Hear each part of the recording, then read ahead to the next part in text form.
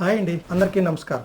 ప్రశాంత్ కిషోర్ ఈ పేరు అందరికీ తెలిసిందే. ఎన్నికల వ్యూహకర్త. బీహార్ ఎన్నికల్లో ఒక కొత్త రకం రాజకీయం చేస్తూ దూసుకుపోతున్నారు. ఒక ఎన్నికల వ్యూహకర్త రాజకీయాల్లోకి దిగితే ఎలాంటి పథకాలు ప్రవేశపెడతాడు, గెలిచేందుకు ఎలాంటి ఫ్యాన్స్ అమలు చేస్తూ ఉంటాడు, అతని ఆలోచన విధానం ఎలా ఉంటుంది, అతను సలహా ఇచ్చిన ప్రతి పార్టీ ఎలా గెలిచింది, ఏ వీక్ పాయింట్స్ అతను పట్టుకుంటూ ఉంటాడు, అతని లెక్కలేంటి, ఈ వీడియో పూర్తిగా చూడండి. ప్రశాంత్ కిషోర్ బీహార్ లో చేస్తున్న రాజకీయం చూస్తే కొంత మనకు అవగాహన వస్తుంది. గుజరాత్ లో మోడీని రెండోసారి భారీ మెజార్టీతో ముఖ్యమంత్రిని చేసింది. బెంగాల్లో మమతా బెనర్జీని గెలిపించింది ప్రశాంత్ కిషోర్ ఎత్తుగడలతోనే. ఇంకా తెలుగు రాష్ట్రాల్లో 2019లో ఎన్నికల్లో జగన్ వైసీపీ 150 సీట్లతో గెలుపుకు కారణం ప్రశాంత్ కిషోర్. 2024 ఎన్నికల్లో చంద్రబాబు బ్రతిమాలి మరియు ప్రశాంత్ కిషోర్ సలహాలు తీసుకున్నాడు. తెలుగుదేశం పార్టీ 164 సీట్ల భారీ విజయం సాధించారు.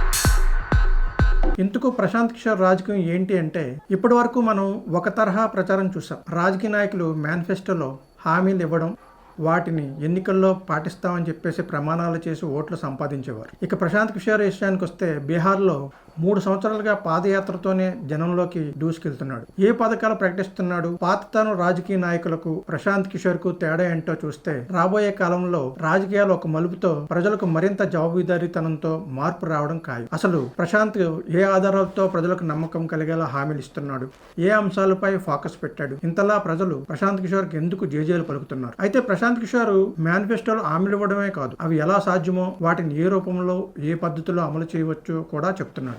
అసలు ప్రశాంత్ కిషోర్ ఏ వాగ్దానాలు చేస్తున్నాడు, ప్రజలు యొక్క సమస్యల్లో ఏ సమస్యలపై దృష్టి పెట్టాడు, అలాగే మోడీ రాహుల్ గాంధీలను ఎలా ఉతికి ఆరేస్తున్నాడు. ప్రశాంత్ కిషోర్ ఇప్పుడు బీహార్లో జనస్వరాజ్ పార్టీ స్థాపించి రాజకీయ నాయకుడిగా ప్రచారం చేస్తున్నాడు. సూపర్ 6 నవరత్నాలు లాంటి పథకాలు పూర్తిగా మొదలు పెట్టలేదు, కానీ మహిళలకు, వృద్ధులకు పెన్షన్ లాంటి కొన్ని పథకాలను ప్రకటించాడు. ప్రశాంత్ కిషోర్ ఒక సరికొత్త రాజకీయం చేస్తున్నాడు అంటే, బీహార్లో అసలు సమస్యలు ఏంటో, అసలు దాన్ని బీహార్ ఎందుకు జంగల్ రాజ్ అని పిలుస్తారు, బీహార్లో ఎక్కువ శాతం యువకులు మిగతా రాష్ట్రాల్లో కూలీ నాలి చేసుకుని బతికేవారు. ప్రశాంత్ కిషోర్ వీరిని లక్ష్యంగా చేసుకుని ఒక ప్లాన్ చెప్పాడు. అదే ప్రశాంత్ కిషోర్ కి ఎక్కడా లేని పేరు, నమ్మకం తెచ్చిపెట్టాయి. అది ఏంటి అంటే, బీహార్లో 50 లక్షల మంది యువకులు ఇతర రాష్ట్రాల్లో అంటే ముంబై, ఢిల్లీ, హైదరాబాద్, బెంగళూరు, ఉత్తరప్రదేశ్, మహారాష్ట్రలోని కొన్ని రాష్ట్రాల్లో పనికి వెళ్లి అక్కడ కూలి పని చేస్తూ హోటల్స్ లో, సెలూన్స్ లో, పరిశ్రమల్లో తక్కువ జీతానికి పనిచేస్తూ ఉంటారు.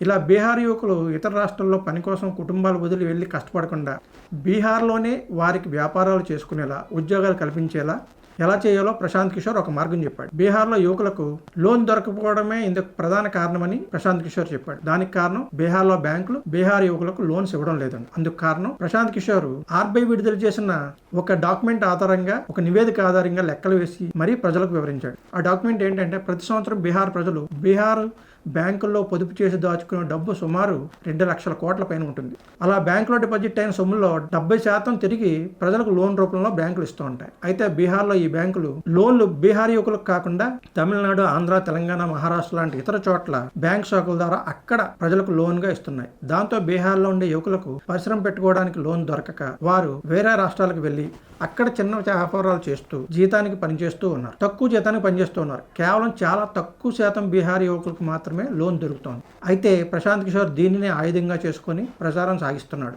ఈసారి ఓటు మీ బీహార్లో మీ బిడ్డల భవిష్యత్తు కోసం ఓటు వేయండి. మతం, కులం, మోడీ, నితీష్, రాహుల్ గాంధీ చూసి కాదు, మీ పిల్లల కోసం, భవిష్యత్తు కోసం ఓటు వేయండి.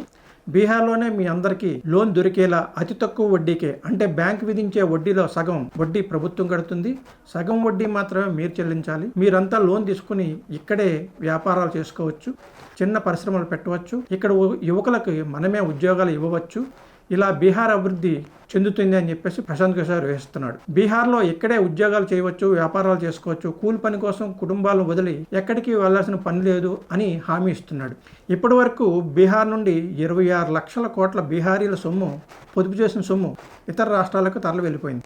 ఇకపై బీహార్లో పొదుపు చేసిన 2 లక్షల కోట్ల పై ఉన్న సొమ్ముని, పొదుపు సొమ్ముని బీహార్లోనే 70% ప్రజలకు ఇక్కడ మాత్రం ఇవ్వాలని కండిషన్ పెడతాం. దాంతో బీహార్లో 2 లక్షల కోట్ల శాతం సొమ్ము లోన్ రూపంలో అందరికీ దొరుకుతుంది. వడ్డీ సగం ప్రభుత్వం భరిస్తుంది, సగం మీరే కట్టుకుని మీ కాళ్ళపై మీరే నిలబడవచ్చు అని ప్రశాంత్ కిషోర్ హామీ ఇస్తున్నాడు. ఇక మోడీ, రాహుల్ గాంధీని, నితీష్ కుమార్లను, ఆంధ్రాలో కమ్మారెడ్డి కులాలను కూడా ఆధిపత్య రాజకీయాలను అందరినీ ఉతికారేస్తున్నాడు. ఇంకా మోడీ విషయానికి వస్తే, బీహార్లో మోడీ ఎలాంటి ప్రసంగాలు చేస్తాడు, ఏ ప్రమాణాలు చేస్తాడు, ఏ పథకాలు చెబుతాడు, అదే గుజరాత్లో ఎలాంటి హామీలు ఇస్తాడు, ఎలాంటి పథకాలు చెబుతాడు అనేది రెండు రాష్ట్రాల మోడీ ప్రసంగాలను బేరీజు వేసి మరీ మోడీని ఇరుకుని పడేశాడు. మోడీ తన సొంత రాష్ట్రం గుజరాత్లో సభల్లో మాట్లాడే ప్రసంగాల్లో అన్ని పెద్ద పెద్ద డెవలప్మెంట్ స్కీముల గురించి, పెద్ద పరిశ్రమలు ప్రకటిస్తూ ఉంటాడని, గుజరాత్లో సోలార్ పరిశ్రమ వస్తుంది, బుల్లెట్ ట్రైన్ వస్తుంది, షుగర్ ఫ్యాక్టరీ వస్తుంది, ఇలాంటి ప్రకటనలు చేస్తూ ఉంటాడని.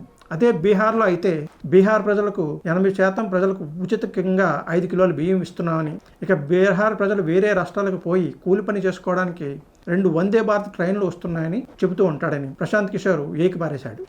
మోడీ తన సొంత రాష్ట్రం గుజరాత్ కోసం అయితే ఫ్యాక్టరీలు, బీహార్ కోసం అయితే 5 కిలోలు ఉచిత బియ్యం. మోడీ తన సొంత రాష్ట్రం కోసం బుల్లెట్ ట్రైన్, బీహార్ కోసం అయితే వందే భారత్ ట్రైన్ కూలి పని కోసం. మోడీకి బీహార్ పై అంత ప్రేమ ఉంటే బీహార్లో ఎందుకు ఫ్యాక్టరీ పెట్టడు, బీహార్కి ఎందుకు సోలార్ పరిశ్రమ నెలకొల్పడు అని క్వశ్చన్ చేశాడు. బీహార్ ప్రజలంటే మోడీకి అంత చిన్నచూపు ఎందుకని నిలదీశాడు. ఇక రాహుల్ గాంధీ అయితే బీహార్లో ఒక్కరోజు కూడా గడిపింది లేదని, కనీసం 100 సీట్లలో పోటీ చేసే ధైర్యం కూడా రాహుల్ గాంధీకి లేదని విమర్శించాడు. అంతెందుకు సీఎం రేవంత్ రెడ్డి బీహార్ ప్రజల రక్తంలోనే కూలి పని రాసి ఉంది అని మాట్లాడితే కనీసం రాహుల్ గాంధీ ఖండించలేదని, అలాంటి కాంగ్రెస్ తరఫున నాయకులే ఇక్కడ లేరని ఉతికారేశాడు. ప్రశాంత్ కిషోర్ తన ప్రసంగంలో ఎప్పుడూ ఒకటే మాట చెప్తున్నాడు, అమలు చేయగలిగే పథకాలే చెప్తాను, సాధ్యంగాని పథకాలు చెప్పి గెలిచాక మోసం చేయను, సాధ్యమయ్యే పనులే పథకాలు మాత్రమే చెప్తాను. మీరు నా పార్టీ జనస్వరాజ్ పార్టీకి ఓటు వేసినా వేయకపోయినా చేసేదే చెప్తాను, చెప్పిన మాట మడమ తిప్పకుండా పాటిస్తాను అని వాగ్దానం చేస్తున్నాడు. బీహార్లో జనస్వరాజ్ అనే పేరుతో పార్టీ స్థాపించి 1,50,00,000 కార్యకర్తలతో దూసుకు వెళ్తున్నాడు. బీహార్లో ప్రశాంత్ కిషోర్ గెలుపు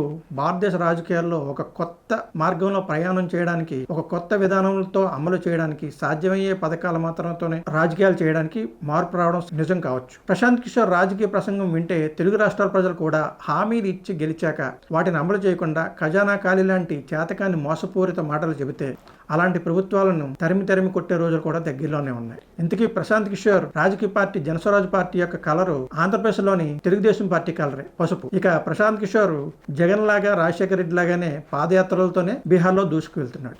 నమస్తే.